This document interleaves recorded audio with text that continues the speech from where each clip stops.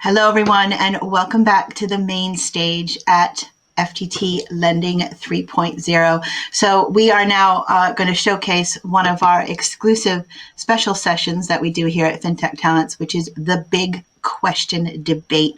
We like to shake things up here at FinTech Talents, and one of the things we like to do is pose a big question to some of our top thought leaders and experts and doers in the field. Sometimes the question's a bit cheeky, sometimes it's provocative, sometimes it's open-ended and broad, so we can see what the conventional wisdom is and what the industry is talking about. And in this case, we're talking about lending. And how this question came about, which I will get to very, very soon, is we're looking at the past, decade or more of the fintech revolution. Of course, banks and financial services firms have used technology and data for quite some time. However, in the past decade, the term fintech has come to mean innovation, digital transformation, disruption in this space. And we've had a lot of new fintech entrants come into the space, a lot in lending, in payments, in retail banking, and also other parts of financial services. Insurance is a big sector. Since this whole event is really looking at lending 3.0 and the next generation of lending, and there's been a lot of change in the lending space, a lot of new entrants, especially targeting the SME market, looking at bridges between payments and lending, real-time decisioning, tailored services. So it seems like lending is really coming in with a bit of disruption in this space. So that was my big question for our panel, which is lending offering financial services the disruption that fintech promised us all over a decade ago? So we have five wonderful people here that are going to answer this question. And they all get their 5 minutes on stage. They're going to answer their question, and you, our lovely delegates, are going to get to vote on who you think gave the best answer. And their prize for winning the best answer is they get to shout about it on Twitter and at the event, and everyone can pat them on the back. So we have a very small budget here for prizes for poll winners. But I'm going to introduce our panel in full, and then I'm going to bring everyone on stage one at a time. So our experts here who are going to answer the big question are Alison Harwood of Varegold Bank, Petr Barron of TBIF Bank, Daniel Drummer of auxmoney, Stefan Blanchons of BNP Paribas Asset Management, and Lucy Hasson of Esme Loans. They are all answering the question. May I repeat one more time? Will lending 3.0 bring the disruption fintech promised us over a decade ago? So I'm going to bring on stage now Alison Harwood of Varegold Bank. Alison, it's your stage. Answer the big question. Thanks, Liz. I actually asked my 3-year-old this question last night. And unfortunately, she said no, which would have been quite a short answer for me here. But she says no to quite a lot of things at the moment, and she's not always right. So I'm calling her out on this one. My answer is yes. Lending 3.0 will bring the disruption that fintech promised a decade ago. I spend my time working with really early stage lenders and looking to identify which are going to be successful. And I get really excited about new lending models that are going to bring disruption and bring something different to the market. At the moment, I see a huge potential for the next generation of lenders to really create a meaningful change in the lending industry. But the question is really, where is that disruption going to come from, and where is it going to have the most impact? And for me, that is centered around two core themes, which are personalisation and data. And not taking the two individually, but together, personalisation being driven by data and data enabling the creation of a truly personalised lending experience. Together, data and personalisation are going to create a far better customer offering at all stages in the lending cycle, and for all borrowers as well, including segments which have been underserved until now, like startups and near-prime consumers. So when we look at the lending cycle, where is that disruption going to come in, driven by personalisation and data? And if we look at the beginning of the cycle, at the product design stage, here that's where I see data is going to enable lenders to really deeply understand the changing needs of their customers. And they're going to be able to design products that are personalised to those needs, not only at the point in time where their customers need a loan, but also to how those needs change over time as well. And when we come to the next stage of the lending cycle, looking at underwriting new loans, data and personalisation is really going to change how we do things there as well. Lenders are going to be able to use the far-ranging alternative data sources we now have available to make far better informed underwriting decisions about their customers.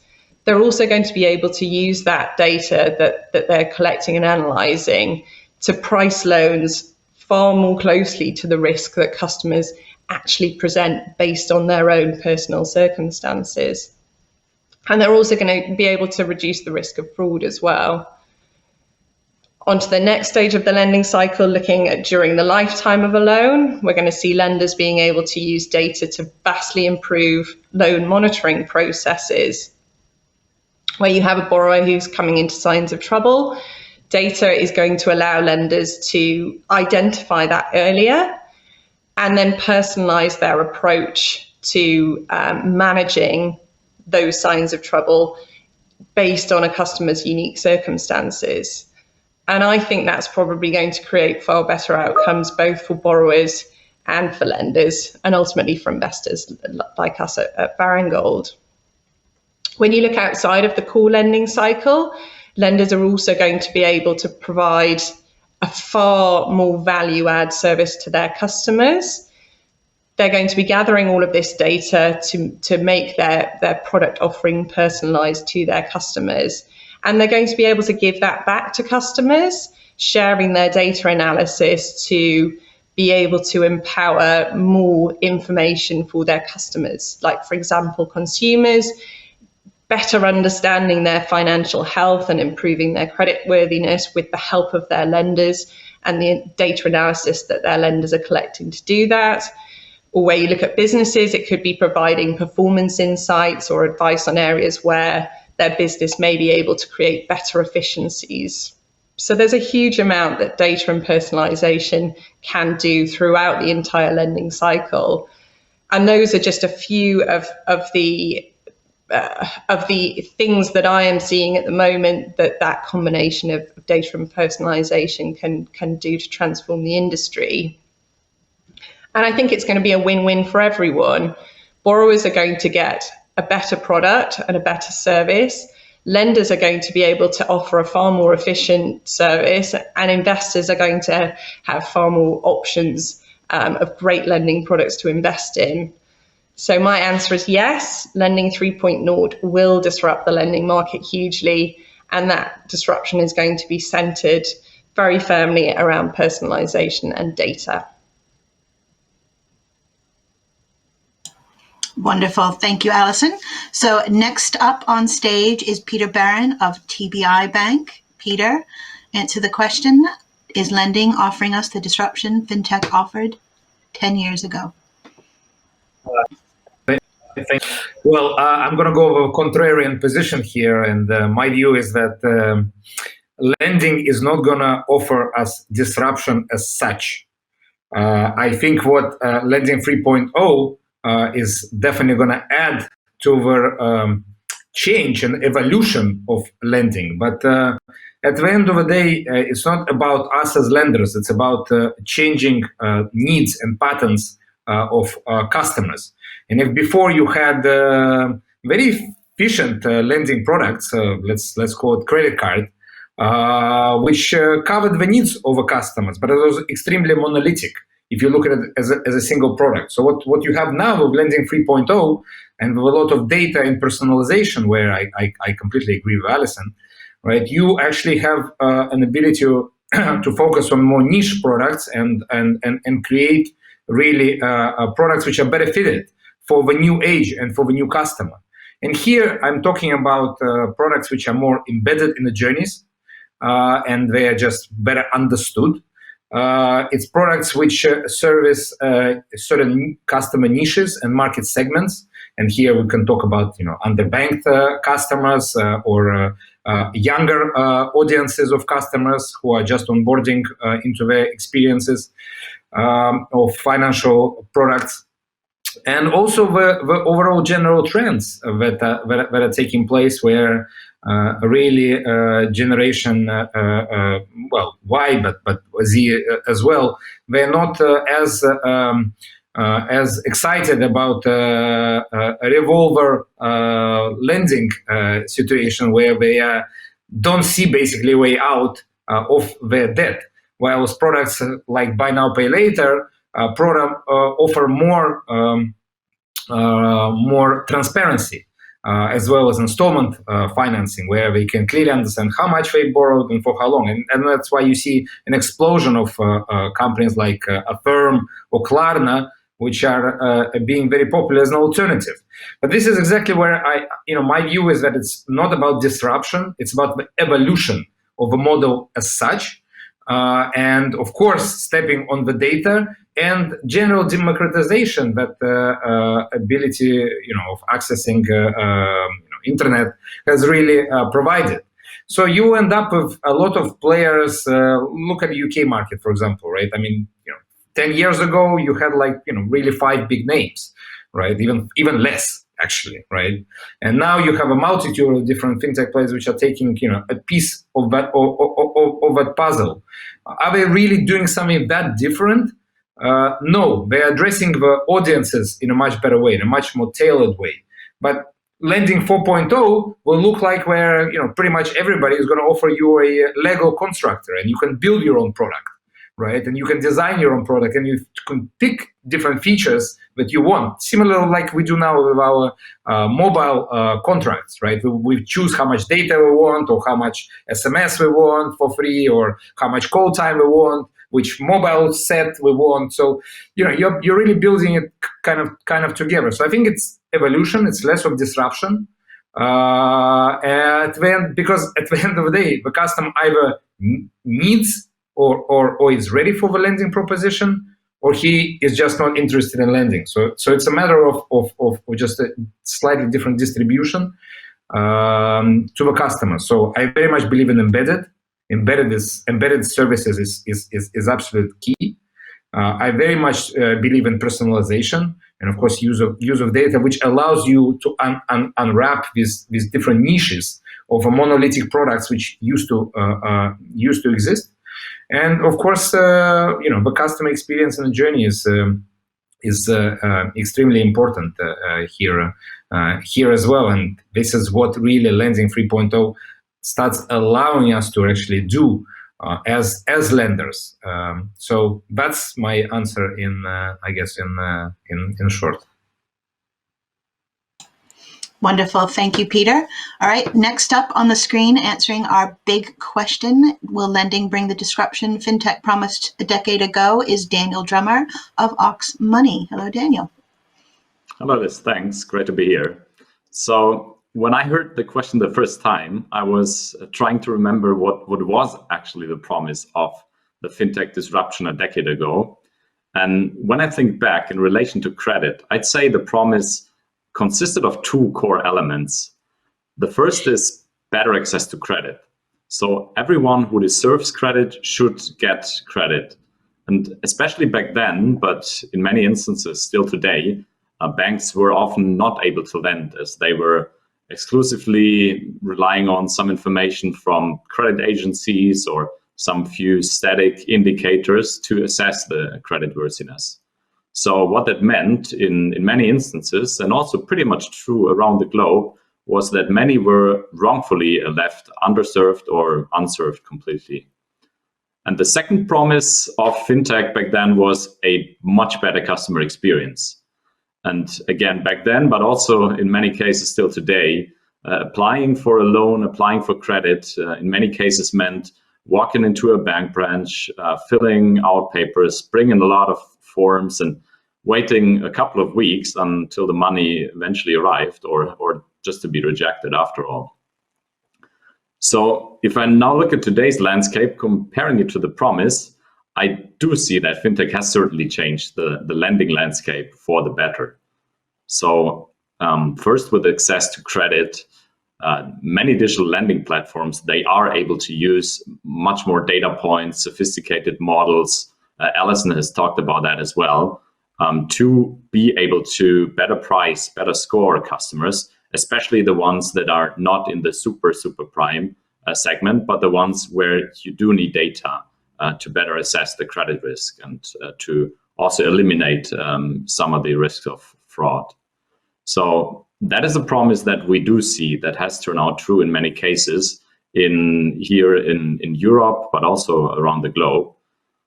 In Germany, there's actually a public study from the German central bank who concluded that fintechs are able to provide credit where banks are often able or are not able to.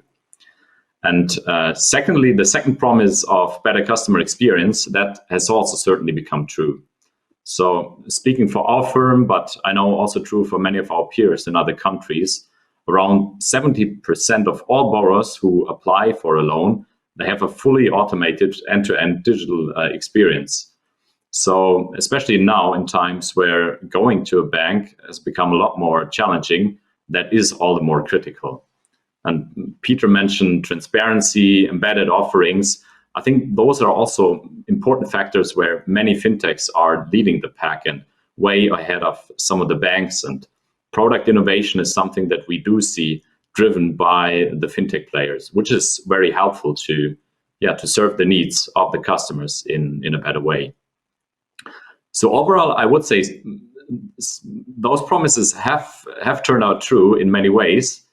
But at the same time, I would say is that the evolution or disruption, however you want to call it, looks slightly different than some have expected that decade ago. And I just want to highlight 3 factors that I find quite intriguing. So the first one is banks are still there. So quite a number of them have recognized that innovation is critical and that they do need to change, and they are on a journey to innovation. And I mean, we have some banks on the panel today. So I think we'll continue to see the trend, and banks will always be there, but we'll see a bigger chasm between the ones that are leading innovation and the ones who are or might be left behind. And the second time, fintechs are actually able to gain market share step by step and quite continuously.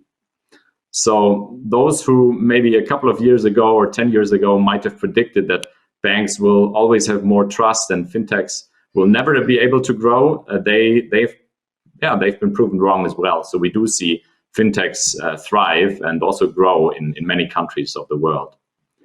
And the third interesting and maybe for some surprising factor is that banks and fintechs in many instances are not in a fierce confrontation, but they're actually partnering with each other.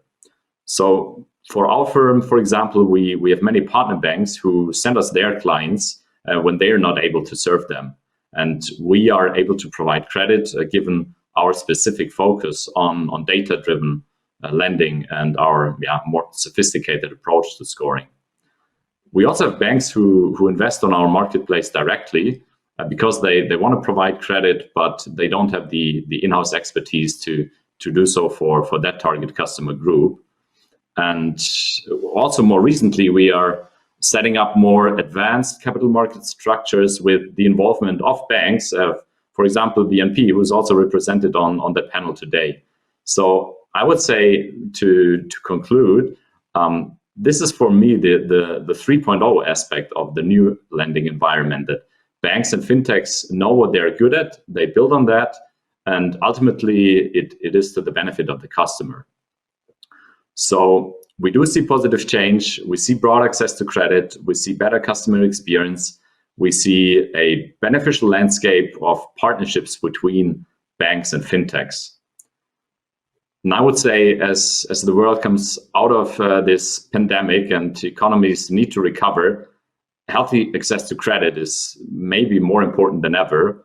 And so this lending 3.0, potentially on the way to lending 4.0, that can play an important role. And this is a development that is very good to see, and that I hope will continue as it did.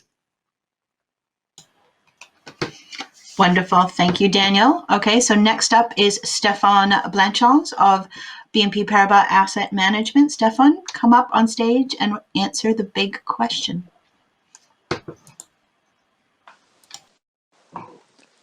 Thank you very much, Liz. The beauty being, not the first one to speak is to hear about thoughts that were really interesting. To cut a long story short, the answer to the question, to me, precise answers to will lending 3.0 bring the disruption FinTech promised a decade ago? No, it does not. It does not. But it does bring a disruption, but not the one that was promised 10 years ago. So let me explain, and I share a very strong point put forward by Daniel on the fact that FinTech are not here to replace banks, and that's really important. And I think 10 years ago, we were in the illusion that a FinTech can do everything better. And we should never forget that a FinTech company is an enabler. I'm doing lending in an asset management company, part of a large banking group. So I can see both worlds, and I came to the conclusion that there is a disruption because we can enable things to be done a bit differently. But the disruption is not to replace banks. And that's something very important to me. And there are 3 points behind. The one is when we are doing lending, we are doing credit. So if I stand in front of investors, I'm explaining that I'm doing credit. And the fact that I'm doing credit is, can I take a decision only with data? Maybe I could if I would do consumer lending, because few data can enable you to have a statistical representation of risk. If I'm lending to SMEs, it gets much more complicated. So first, we're doing credit. Second, we try to scale. Scalability is the name of the game. How do you reach scalability? You reach scalability with better use of technologies. I'm not tied up with any systems used by banks for decades. So we try to bring something new in the way we get access to information, in the way we analyze this information. We use big data to compute, to do univariate, multivariate models to try to have a vision of risk. But at the end, we're lending, and it's a decision that is very, I would say, comprehensive in the way that it's not just data. So we're doing credit first. Second, it's an enabler that helps us retrieving information and analyze this information. And the third point, to be successful, you need to be sustainable, which is why if you try to replace banks, you will never be successful, because the banks can actually buy a FinTech, can do something faster, can be agile in a way. But if you do something that is complementary to bank financing, something they don't do, a segment they're not in, a product they don't have, you could be highly successful. And if you think about it, capital markets have developed because they were complementary to bank financing. Term loan B in leverage loans, senior unsecured term bonds, complementary to short to medium term amortizing secured loans. So the sense of history, the evolution is you will be successful because you try to act with banks, not to try to replace banks. And that's really important. The sustainability part is if you think you can do things better than banks and serve a market that is not served, you might have an increased credit risk at the end of the day. And to me, a tech company is above all a way to fasten your whole end-to-end process, retrieving information, KYC, analyzing everything, taking a decision, informed decision with all the technology you can use for a better experience at the end, both from a lending standpoint and from a borrowing standpoint. But the disruption promised 10 years ago was really, to me, to replace the banking way of doing things.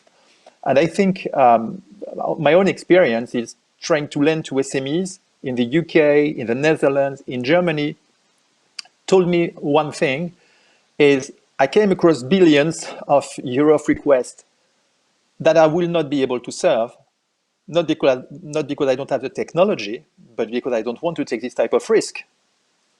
So it's very important to say there are some risks I can take and banks cannot take.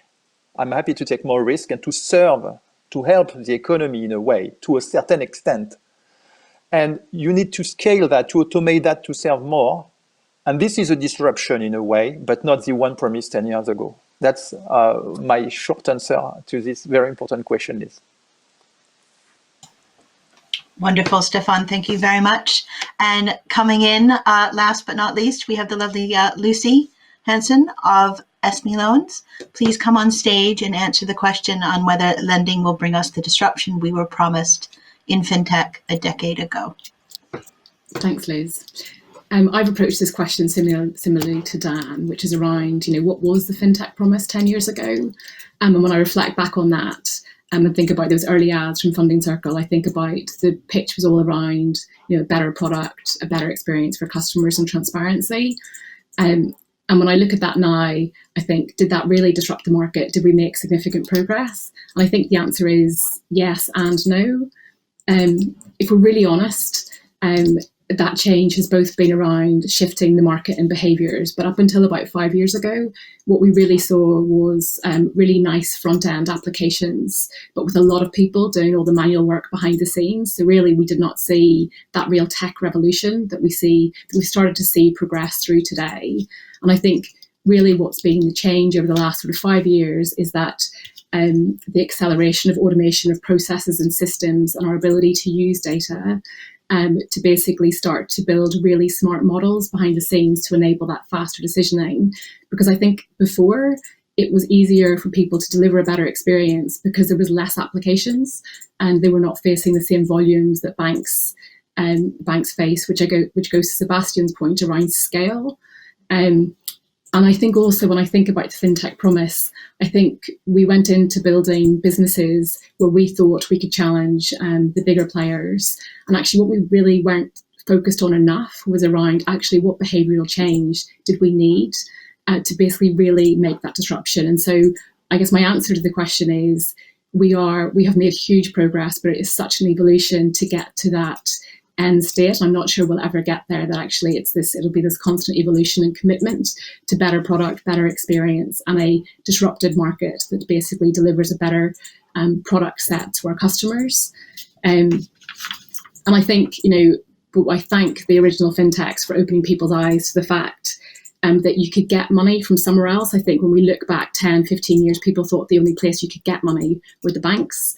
And that was a problem. And we saw, even when we opened Esme Loans, that people felt some shame around, the SMEs felt shame around borrowing money, borrowing it from non-bank lenders as well. And I think what's really been the change is that drive towards people accepting that actually you can get money from anywhere and that's okay.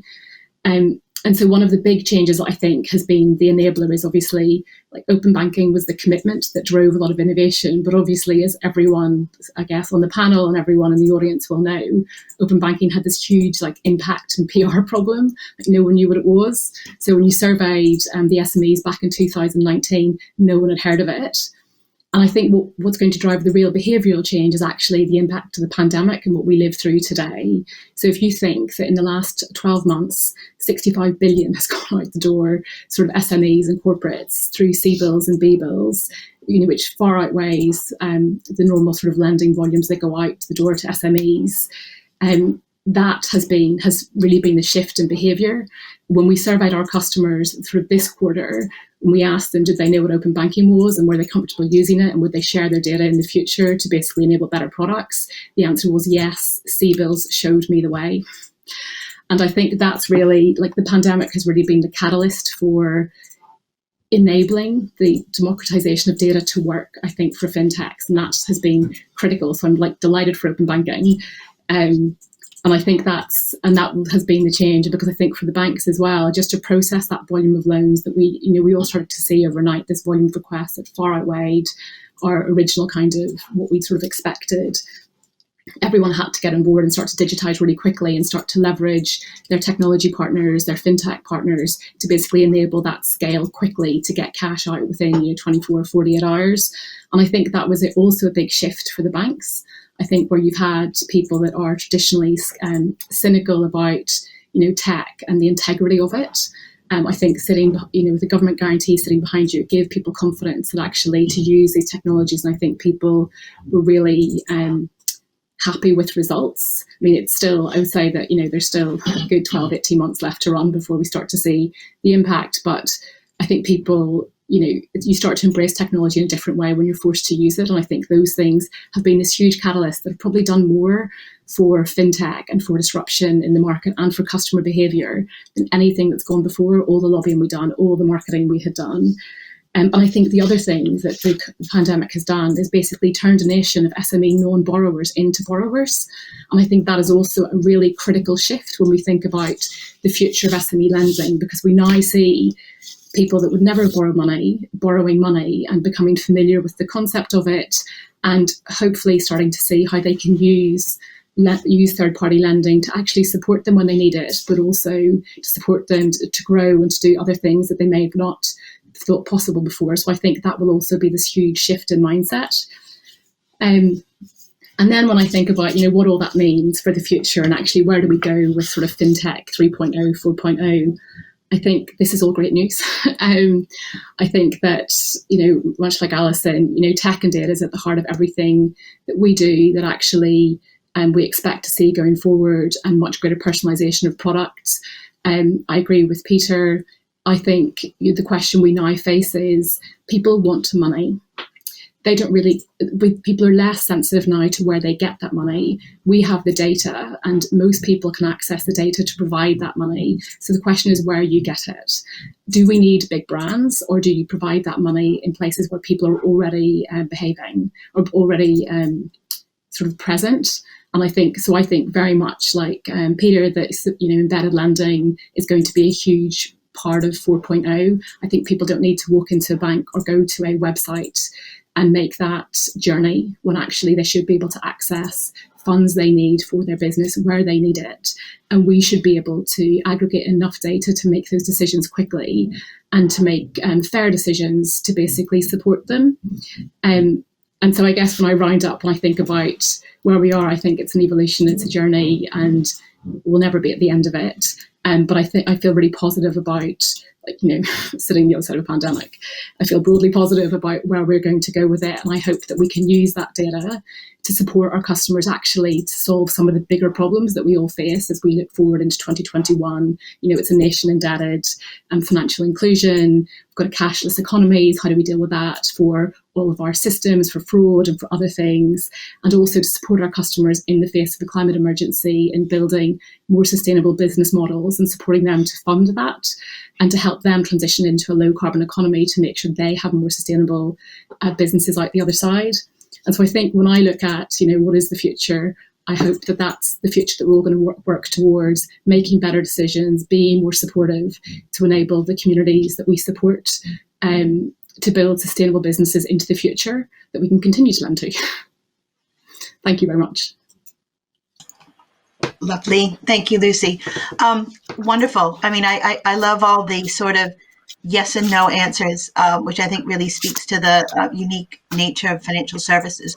I have one, possibly two follow-up questions, which to move on from what everyone was talking about.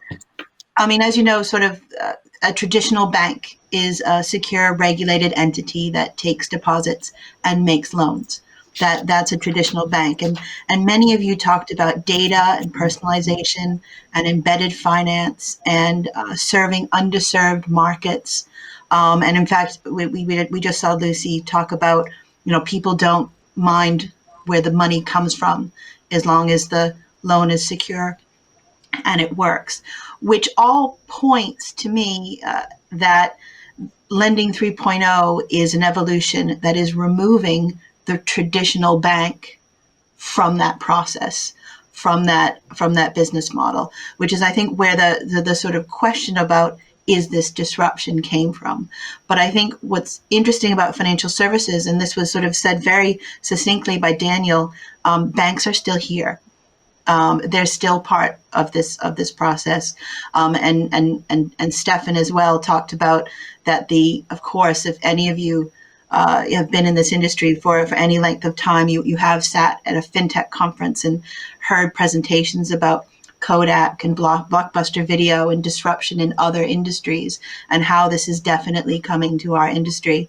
But yet banks are still here. And also new FinTech entrants are still here. And all of this changing evolution and innovation is very interesting for this sector. So maybe my question is, why are banks still here? And I maybe I can go to the bank on the top of the list. At Alison, if you wanted to, maybe if you had a comment on that follow-up question. Everything that's been talked about today seems to point for not a place for a traditional bank, but yet they are still part of that whole ecosystem. Why do you think banks are still around? I think we don't need to look at the two as mutually exclusive, and I think that's what FinTech 3.0 will do. It will be less about, are you a bank or are you a FinTech? And those two, you can't possibly be both, because we're already seeing that it is possible to be both. I think it will come down to the digital haves and the digital have-nots. And if you are a financial services business, we live in a world where all aspects are being disrupted by digitization, and financial services is not exclusive to that. To keep up with changing trends on a global basis, businesses need to be digitized, and they need to be able to provide their customers with what those customers want, regardless of who that customer is. And the traditional financial services and lending model is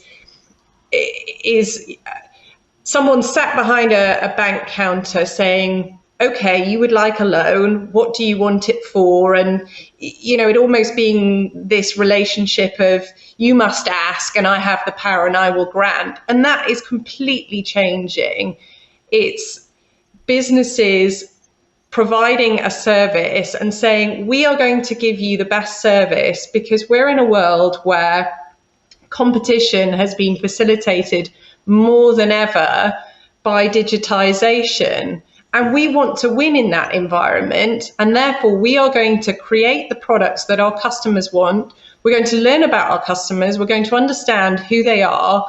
And we're going to build products that they want and need in the way that they want and need them, and to get them in the place that they want them from.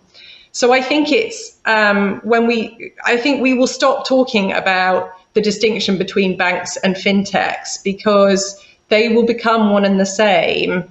And like Daniel was mentioning before about collaborations between fintechs and banks, I think we're going to see more and more of that, and more blurring of the lines, and it becoming very much who is powered by digitization and who is not. Yeah, so maybe we can go to Daniel now, because he came out with that phrase. But banks are still here. Maybe give a comment on why you think that is. Sure. First of all, I would think that dealing with money, there's a lot of responsibility involved. So I think to start with, or set the frame, there is a lot of regulation that probably helps banks stay in place, and that is also for a good reason. So I think where FinTech evolved in the 2007s in the US, they were actually sort of in parallel to the regulation, and which pretty soon got caught up. So right now, if you look at the FinTechs 3.0, they are working exactly under those constraints of the regulation. So I think the first reason why banks are still there is that there is regulation, and that regulation is also there for a good reason, because we are dealing with people's money and there's responsibility involved.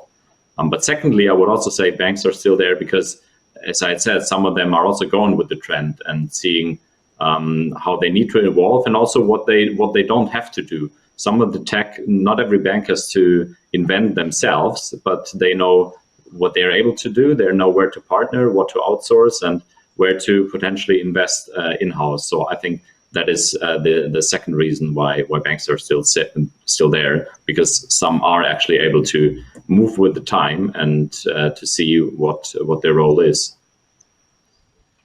Great. I'm gonna break one of my special moderator rules and make sure I call on specific people. But before I go on to my next question, is there anyone else on the panel that wanted to chime in on this idea of that fintechs really aren't out to replace banks, but work in a more complementary way, and why banks are still around in our setup? Anyone want to pipe in with an extra comment?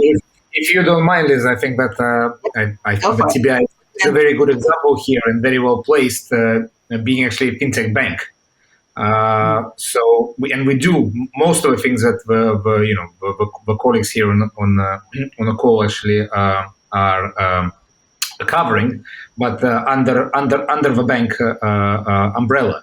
I mean, we finance small purchases for our merchant partners and their customers, and then we finance the merchants themselves and the businesses that merchants serve. So we do similar thing to what Esme does in a way, but at the same time we do similar things to what BNP does, not at the same scale, but because we understand so well consumer business in our region, of course, we cooperate with our fintech lenders as well and finance them based on data, similar to actually what Varegold does in a way as well. But our core proposition is a B2C proposition, and it's a proposition of mobile banking, but where the journey starts with an embedded service similar to POS, or what is known as point of purchase finance, or more popular now for buy now, pay later, which is actually a bit of a twist between lending and payments. And here, maybe the only place where I would say that real disruption has happened in lending. In particular, because it really got mixed with payments. But it happened, you had, again, credit cards before, right? And it just followed on to that. So I think that the mindset of banks is actually the key thing, which slows them down from converting to a really more of a fintech models. And that's the only difference in reality of fintechs and banks, except, of course, the regulatory weight.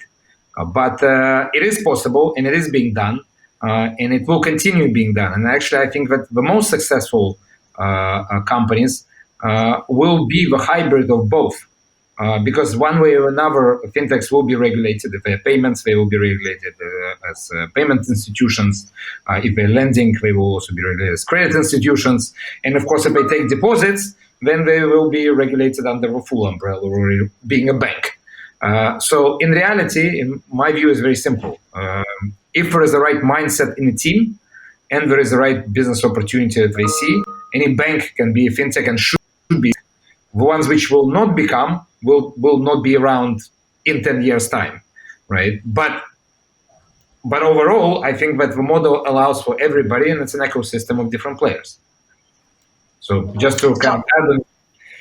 But Liz, your question was, let me challenge you a little bit. Your question was to us whether lending got disrupted, not fintech disrupting the banks.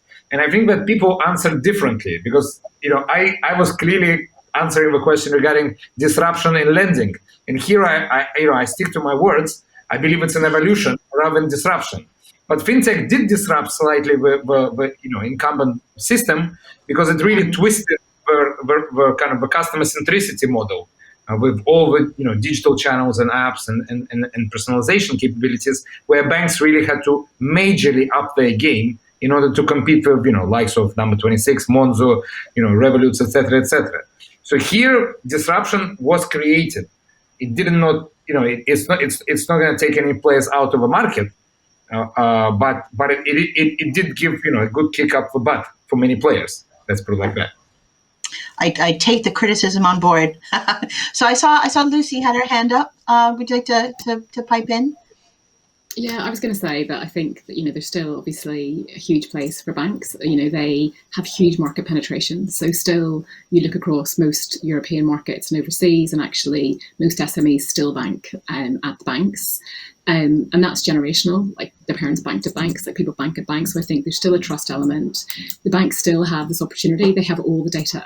And so their challenge is to organize all the data so they can monetize and really accelerate their own digital journeys. And they're all doing that. So I think there's it's just part of it is a race. And actually they have the upper hand because they have the market penetration and they have all the data.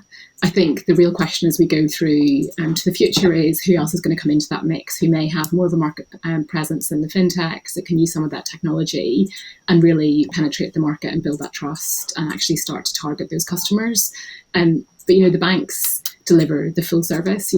Every SME when it's not every SME, that's not true, but obviously a large portion of people, ambitious entrepreneurs, are starting out building businesses. They need some lending, but they want to grow, and at some point they think they'll be in the capital markets and they'll have big needs and big ambitions. And actually, at the moment, most of the fintechs, we're still solving aspects of a problem as opposed to this full end-to-end life journey. And I think that's the opportunity for the banks to really digitize product, improve service, and actually deliver that end-to-end journey and support their customers through that to help them transition. And I think that's really what they're all focused on, notwithstanding the weight of the sort of regulatory oversight they have.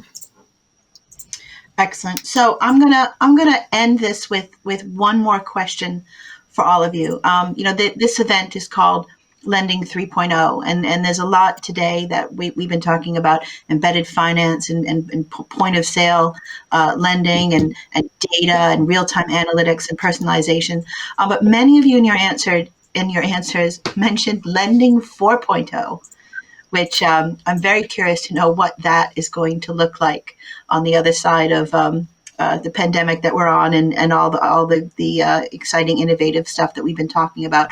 So, Stefan, since we haven't spoken to you in a while, I'm going to ask every single one of you this short final question: what is Lending 4.0 going to look like?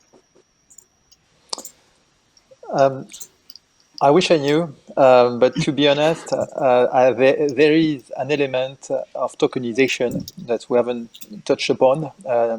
We just published a paper on it very recently. That's possibly a revolution in Lending 4.0. Just to explain, I guess in lending, especially when it gets a bit complicated and complex, if you have everybody accessing the same information at the very same time, a single source of truth that is able to give you elements on KYC, a single source of truth that is able to make an assessment on very complicated things, and numbers of elements that can be filled by one single person for the benefit of all the others in a DLT, as we call it, in a blockchain process. That could be a slight revolution in lending. Do I believe it's for tomorrow? No. Do I believe a lot of people are working on it? Yes. And there is an element of improving the experience, and it has been said a lot, but I think there is a question about improving the lending experience behind the disruption. To me, that is key. But I'm mindful that I'm not under the illusion that we reinvent lending because we can have a better educated judgment than people that were doing lending. I think we need to use everything we could to have a more efficient process, more efficient judgment, assessment. But I'm very careful about, if I have more data, I can do more lending. Well, to a certain point, because there are risks involved. And before the fintechs, people were already questioning whether they should lend or not. Now we have more information to do that. But it doesn't mean that because we have more information, we're going to do more volume. And I'm very mindful about the risk we could onboard with more data. So I think it should help from a customer point of view, client experience. It should definitely help the whole lending process. And to me, tokenization is probably part of the equation. If you think about Lending 4.0, in 10 years from now, you will be asking the same questions. Well, to me, the answer will be yes. If you have the ability, more liquidity into what is currently being very liquid, which is finance is very simple. You have people with a bunch of money, people that need the money. How do you, disintermediate or intermediate this rather than only the banking system? And I think that's the key point. Wonderful. So yeah, so our final question, I'll go to Daniel now. We're talking about lending 3.0 today. What is lending 4.0 tomorrow? Sure.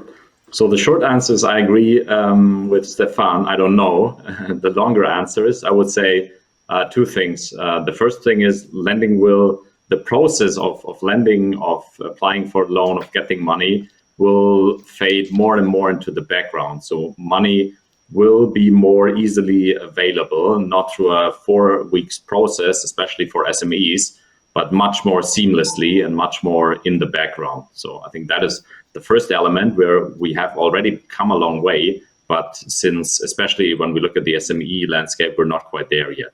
So I think that is the first element.